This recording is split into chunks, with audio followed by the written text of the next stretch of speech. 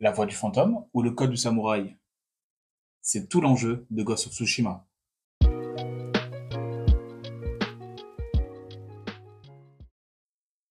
Ghost of Tsushima est une des dernières exclusivités PS4.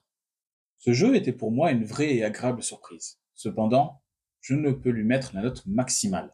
Le jeu est entaché par de nombreux défauts, cependant le plaisir de jouer fait qu'on reste sur un excellent jeu. Au combat, nous affrontons nos ennemis avec fierté.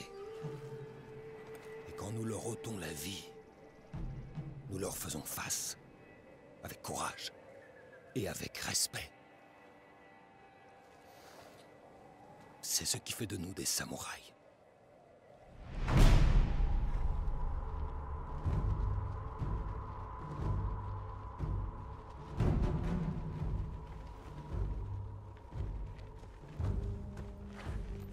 Ils doivent être des milliers. Nous affronterons la mort pour protéger notre île.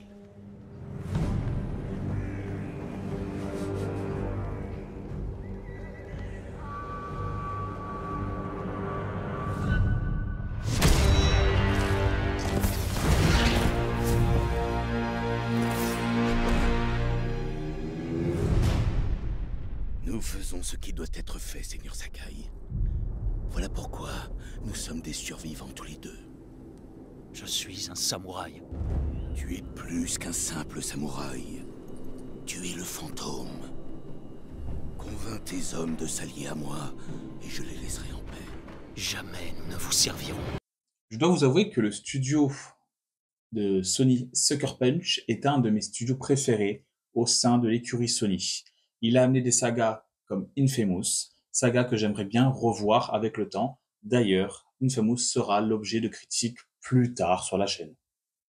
Quand ce jeu fut annoncé, lors d'un E3, je ne me souviens plus lequel, j'étais très intrigué par la direction dans laquelle partait Sucker Punch, le studio, avec ce nouveau jeu, nouvelle ambiance, nouvelle IP.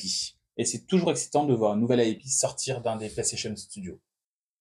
Et je dois dire que je suis finalement très agréablement surpris par ce jeu vidéo qui se déroule dans un Japon féodal du 1274. L'ambiance de l'île de Tsushima et de ses samouraïs, qui se fait envahir totalement par l'Empire mongol, est magnifiquement retransmise dans ce monde ouvert magnifique.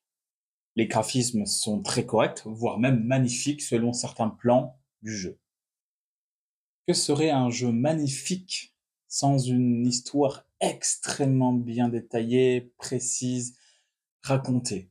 Eh bien là, malheureusement, c'est une des grosses déceptions du jeu. L'histoire reste très très simpliste.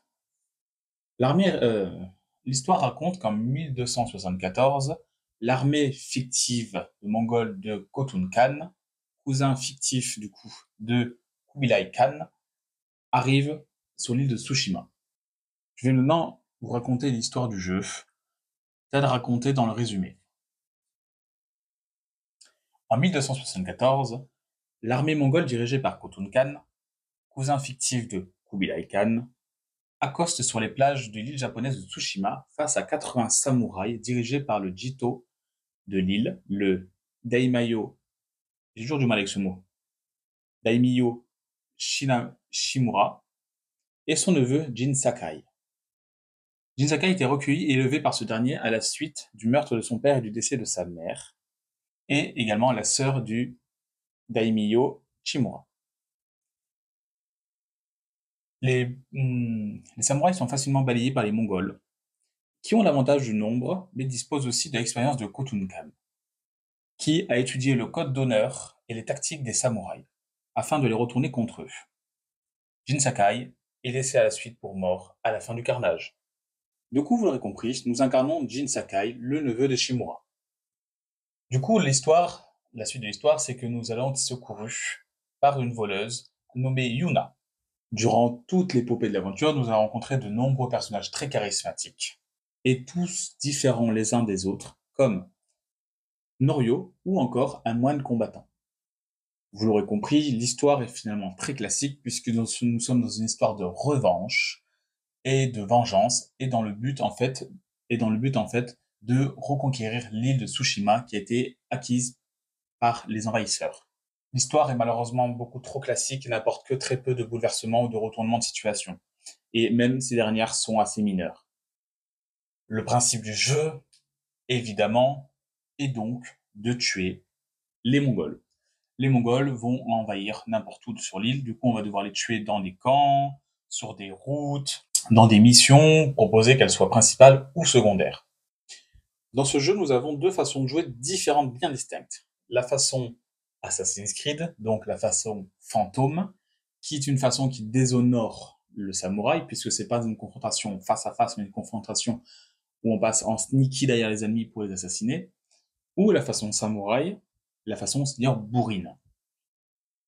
On n'est on est clairement pas sur un gameplay qui renouvelle totalement tout le genre, puisqu'on est sur un gameplay très similaire à Assassin's Creed, avec de la furtivité, et maintenant avec le nouveau Assassin's Creed, même des combats. Et là, on va arriver sur un des points les plus problématiques du jeu, puisque qui dit furtivité dit que l'IA des ennemis doit être assez bonne. Et là, malheureusement, quand on joue en furtivité, c'est une catastrophe. Réellement, les IA sont totalement connes et bigleuses. Voilà. Faut pas le cacher, on peut pas le cacher. On est vraiment sur les mêmes soucis qu'un Assassin's Creed sur ça. Si on décide de jouer façon samouraï, c'est-à-dire de façon bourrine, le jeu nous propose un système de posture de combat qui permet de défaire certains ennemis mongols qui sont résistants à certaines postures. On a trois postures différentes et quatre postures différentes, et du coup, selon si l'ennemi adopte une certaine posture, on va devoir contrer avec une autre posture de combat. Ça permet un peu de dynamiser le combat et de ne pas faire toujours les mêmes sortes de combats. En plus de pouvoir d'avoir un katana pour pouvoir tuer les ennemis, évidemment, nous nous retrouvons avec un arsenal d'armes et de compétences nous permettant de tuer les ennemis plus facilement. Par là, on retrouve les arcs classiques, les kunai, c'est des sortes de petits shurikens. On a des bombes, qu'elles soient collantes ou de fumigènes, mais également des fléchettes, qu'elles soient empoisonnées ou non, par exemple.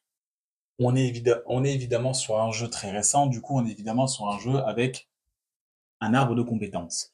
Et qui dit arbre de compétences dit qu'on va pouvoir améliorer certaines compétences soit en mode furtivité, c'est-à-dire en mode fantôme, soit en mode samouraï, soit améliorer notre vie. Enfin, on a une sorte d'immense arbre de compétences qui est très similaire à beaucoup d'autres jeux, que ce soit Assassin's Creed ou même des RPG classiques. Je vais faire une petite aparté parce que le jeu nous offre également des moments assez impressionnants, les moments de duel. Les moments de duel, en fait, on se retrouve en face à face avec un ennemi bien plus costaud que les autres, qui a une barre de vie. Et en fait, le but, ça va être de devoir se battre comme un peu les duels que vous voyez dans les films de samouraï. Avec le samouraï, on se bat avec des postures, etc. Je dois dire que ces duels sont bien dosés niveau difficulté, représentent des moments un peu plus corsés dans le jeu, et c'est vraiment très plaisant à jouer, et c'est vraiment un excellent bon point sur ce jeu. Mais, au bout d'un moment dans le jeu, on acquiert la rage. La rage permet d'enlever très rapidement beaucoup de vie à un ennemi, ou de tuer plein d'ennemis à la fois. Et là, on se retrouve avec un petit problème, c'est que les duels deviennent beaucoup plus simples avec la rage. Donc il suffit d'accumuler un peu de rage, et les duels, vraiment, deviennent beaucoup trop simples. Ça aurait été dommage, c'est dommage que le jeu ne nous ait pas bloqué l'utilisation de rage lors des duels, parce que là, sinon, on aurait une plus grande difficulté, et ça aurait été mieux, je pense. Et ça aurait été plus équilibré. On n'est quand même pas sur un jeu à la Dark Souls-like qui est très compliqué, hein, attention. Hein. Le jeu n'est pas qu'un jeu de combat au katana ou d'infiltration. On a également d'autres activités secondaires qui sont beaucoup plus reposantes et ce ne sont pas des coffres à trouver comme des Assassin's Creed et les 800 coffres à trouver partout qui sont ridicules dans la saga Assassin's Creed que je ne supporte plus. J'ai fait dernièrement Valhalla et j'avais envie de mourir, j'en pouvais plus. 150 heures de jeu, j'en pouvais plus. Du coup, je reviens sur les activités secondaires de Ghost of Tsushima et là on retrouve une pléthore de petites activités beaucoup plus reposantes. Par exemple, à un moment, on a des petits endroits où on peut écrire des haïkus. Voilà, des haïkus, c'est des petits poèmes japonais en quelques syllabes. On a également des terriers de renards à découvrir en suivant des renards. Des sanctuaires à grimper. En fait, il faut grimper les sanctuaires avec nos compétences, comme le grappin, etc. Et après, on peut se mettre en haut et observer la vue avec un sanctuaire. Ça nous apporte évidemment des petits points bonus. Tous ces moments de détente et les combats également sont ponctués d'une musique qui est magnifique. Une musique japonaise, très ambiance film de samouraï. C'est splendide, vraiment.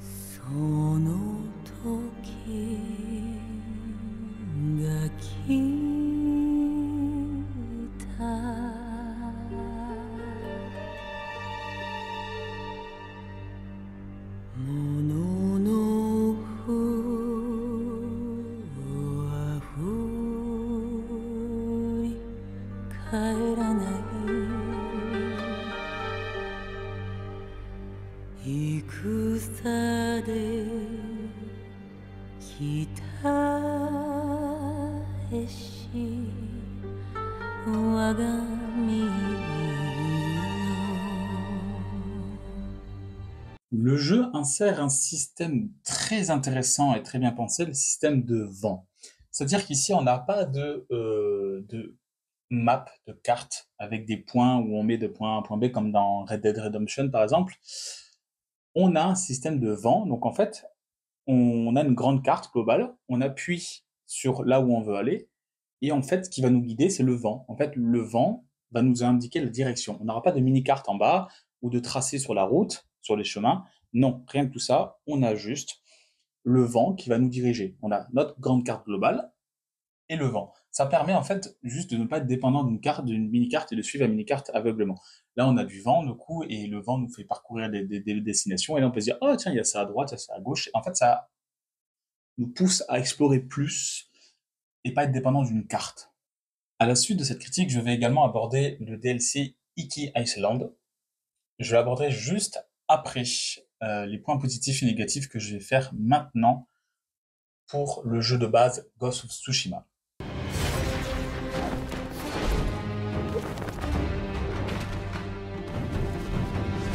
Jamais je n'ai vu un samouraï se battre ainsi. Oublions ça. Tu es plus qu'un samouraï. C'est un esprit vengeur. Revenu d'entre les morts pour anéantir les Mongols. Si tu continues sur cette voie, tu ne vaudras pas mieux que les Mongols. Je t'ai appris à te battre avec honneur. Tout honneur est mort sur la plage. Le Khan mérite de souffrir.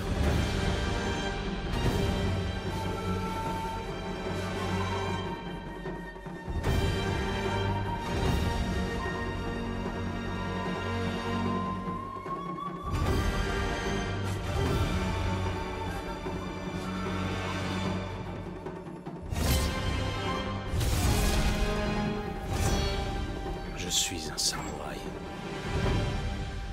Mais je sacrifierai tout pour mon île. Commençons du coup par les points positifs. Le premier point positif, la magnifique ambiance du jeu. On se croirait vraiment au Japon féodal de 1274. C'est vraiment magnifique. L'ambiance est géniale. Je me suis senti dépaysé quand j'ai joué à ce jeu et c'était excellent. Deuxième point positif, les musiques. Les musiques sont magnifiques et elles rajoutent en plus à cette ambiance que je évoquais précédemment. Les musiques, bravo aux compositeurs de musique, c'est génial. Que ce soit le fond sonore dans les combats ou que ce soit la musique quand on se balade et qu'on parcourt ou qu'il y a des moments de tension, ces musiques sont magnifiques. Ensuite, les graphismes. Les graphismes sont magnifiques à en tomber. On a beaucoup de décors qui sont extrêmement travaillés, qui sont très précis. Le jeu est extrêmement soigné. On sent un certain amour envers ce pays, on sent un certain amour envers tous les petits détails à droite à gauche. C'est vraiment excellent. Ensuite, c'est le fait de pouvoir jouer soit en sneaky, soit en bourrin façon samouraï. Ça apporte quelque chose et ça apporte même quelque chose à l'histoire puisqu'en fait on va avoir une certaine réputation si on joue en fantôme qu'on est un samouraï un peu déchu parce que les samouraïs ils ont un code d'honneur et on bafoue le code d'honneur. Donc ce double gameplay est assez travaillé dans les deux cas. Soit d'un côté on utilise les fléchettes, les kunai, etc. Soit d'un autre côté on y va franco en façon samouraï, mais on a des postures de combat. Donc tout ceci en fait fait que le gameplay lui-même est extrêmement bien travaillé et extrêmement bien précis. On se retrouve à aimer ce qu'on fait, que ce soit que ce soit la furtivité ou que ce soit le mode bourrin. Je vais continuer avec le gameplay. Et là, je vais aborder un point que j'ai précisé juste avant, les défis, les duels. Comment dire? Les duels, c'est une merveilleuse idée et ça renforce le côté, en plus, ambiance samouraï. Et ces duels apportent une dose de tension, une dose un combat un peu plus dur. C'est vraiment une sorte de dose un peu plus dure dans les combats. Et c'est vraiment très intéressant. Chaque duel est différent. Chaque duel a un principe un peu différent. On combat, par exemple, même le boss final à façon de duel. Et c'est vraiment très, très intéressant. J'aime beaucoup ce système de duel qu'ils ont instauré. D'ailleurs, ça va faire un pont avec mon autre point positif, c'est que ces duels font très hommage aux films de samouraï et en fait tout ce jeu est un amour total pour les films de samouraï. On sent qu'il y a un amour pour ces films de samouraï, katana, de combat au katana, etc. C'est vraiment magistral. Revenons au gameplay vite fait. Le système de vent et d'être guidé par le vent, c'est un des meilleurs systèmes de guidage que j'ai vu dans un jeu vidéo. C'est totalement naturel, on va dire. Et c'est genre, enfin, ça passe nickel. On n'a pas besoin d'avoir un marqueur sur la carte, sur la mini-carte. On n'a pas besoin de mini-carte. On n'a pas besoin de traits sur le sol où est-ce qu'on doit aller. Là, vraiment, on slide avec le doigt sur le pavé et hop, on a le vent qui nous dit c'est vers là-bas et après on galope jusqu'à là-bas. C'est vraiment pas mal. Enfin, c'est vraiment bien pensé, bien foutu. C'est une extrêmement bonne idée. Enfin, pour finir sur le gameplay, l'interface du jeu a été pensée d'être de façon très très très épurée. On a le service minimum sur l'écran et ça s'active au moment où on combat. Il y a des choses qui s'activent ou qui s'activent quand on arrête de combattre.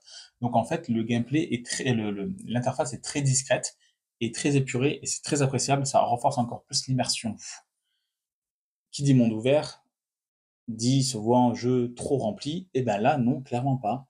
On a un jeu correctement rempli, sans trop faire comme un Assassin's Creed, encore une fois, désolé à eux, mais c'est trop en fait. Assassin's Creed, à chaque truc, il y a obligé d'avoir un point d'intérêt, un coffre inutile à aller chercher.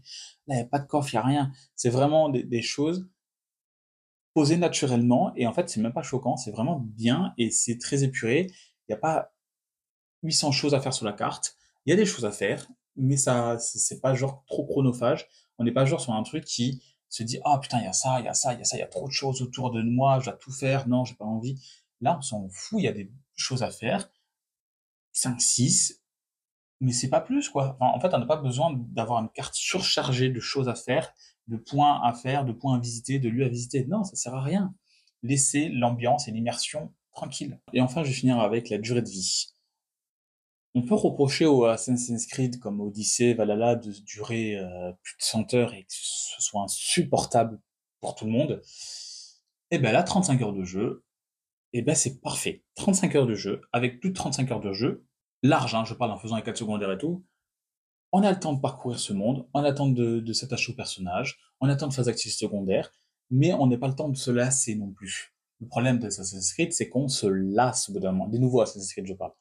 Et qui dit que c'est lassant, qui dit on rage quitte le jeu, on se casse. Tandis que là, en 35 heures, vous faites le jeu, vous faites des activités secondaires, c'est fini, basta, vous passez à autre chose, le jeu vous aura marqué, et vous dites, ah putain, j'espère qu'il y aura un 2, Ghost of Yotei. Et ben c'est bien. Passons maintenant au point négatif, puisque le jeu en possède beaucoup. Non, je rigole, le jeu en possède... Passons au point négatif. Le jeu n'est pas parfait, clairement, et possède des points négatifs.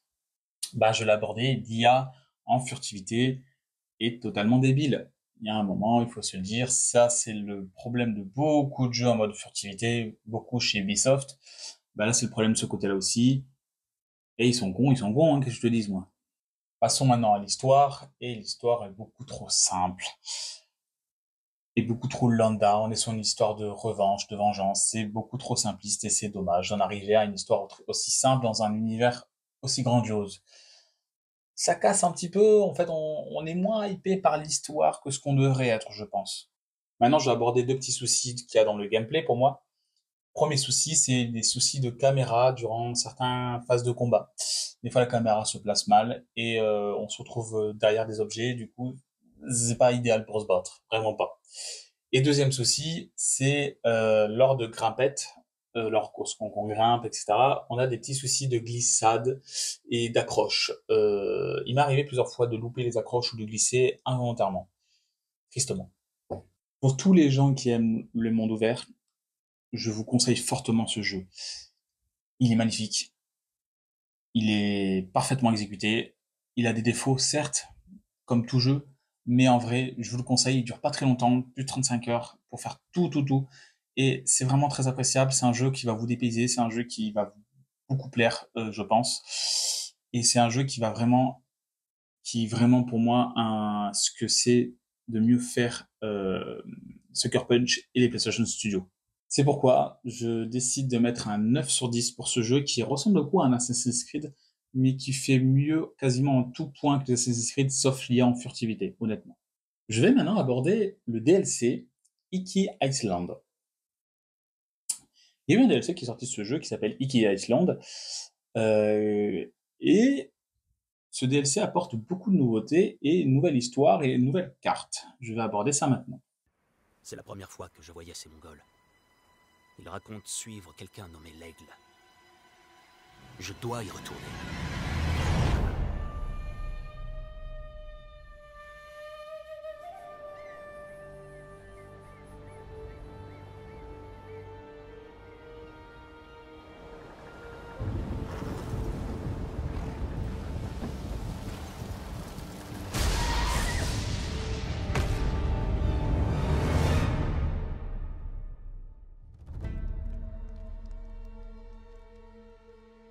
Le voyage t'a éprouvé.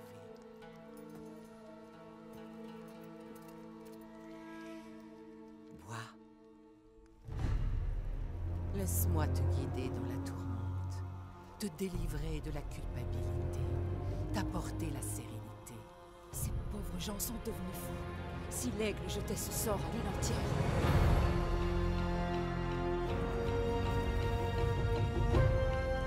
Que fait un samouraï sur l'île d'Iki?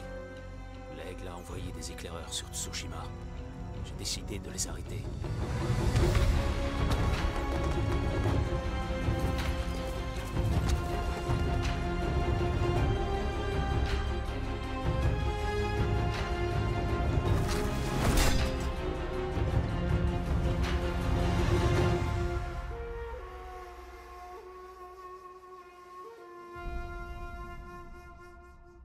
Avant d'aborder les nouveautés principales de ce DLC, je vais d'abord aborder la nouvelle histoire que nous propose Iki Island. Jin Sakai tombe sur une communauté de villageois qui ont été rendus fous par un poison décrit comme une médecine sacrée. Ce poison est administré par une bande de guerriers mongols que Jin n'a jamais rencontré auparavant. Des membres de la tribu mongole de l'Aigle, dirigée par Anksar, The Eagle Khatun. Jin apprend que Khatun est engagé dans une conquête de l'île d'Iki, où feu son père, Kazumasa, avait autrefois mené une bataille militaire infructueuse contre les pillards de l'île. Les samouraïs se sont retirés de l'île après que le père de Jin Sakai, Kazumasa, ait été pris en embuscade et été tué par les pillards de l'île. Jin était là pendant la campagne en tant que fils et en tant que jeune garçon.